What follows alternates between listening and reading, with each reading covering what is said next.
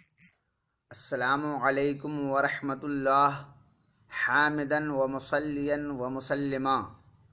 اے ایمان والو، اپنے ایمان کو تر و تازہ کیا کرو۔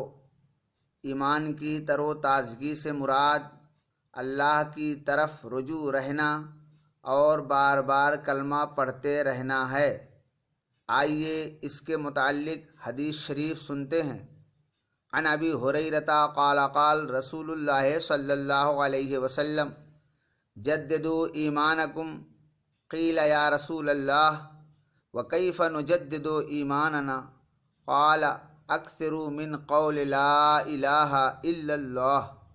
اس روایت کو امام احمد نے مسند احمد پارٹ 14 پیج نمبر 328 پر اور امام بزار نے مسند البزار پارٹ 17 پیج نمبر 52 پر اور امام حاکم نے المستدرک پارٹ 4 پیج نمبر 285 پر، امام اصبہانی نے حلیۃ الاولیاء پارٹ 2 پیج نمبر 357 پر، امام دیلمی نے مسند الفردوس پارٹ 2 پیج نمبر 107 پر، امام منذری نے الترغیب و ترہیب پارٹ 2 پیج نمبر 268 پر اور امام حیثمی نے مجموع الزوائد پارٹ 1 پیج نمبر 52 پر، اور اس کے علاوہ امام سیوطی، ہندی اور ذہبی وغیرہ نے اس حدیث کو نقل کیا ہے۔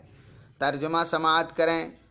حضرت ابو ہریرہ رضی اللہ عنہ سے روایت ہے کہ حضور نبی کریم صلی اللہ علیہ وسلم نے ارشاد فرمایا، اپنے ایمان کو تازہ کرتے رہا کرو۔ صحابہ کرام نے عرض کیا، یا رسول اللہ، ہم اپنے ایمان کو کس طرح تازہ کریں؟ تو آپ نے فرمایا کہ لا الہ الا اللہ کو کثرت سے پڑھتے رہا کرو۔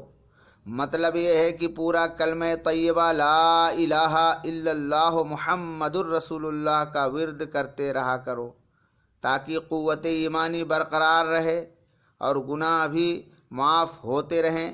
سو پلیز میرے سنی چینل ایم جی مصباحی کو سبسکرائب کریں تاکہ آگے آپ کو نئی نئی جانکاری ملتی رہے، اور اگر بات اچھی لگا کرے تو آگے شیئر بھی کیا کریں۔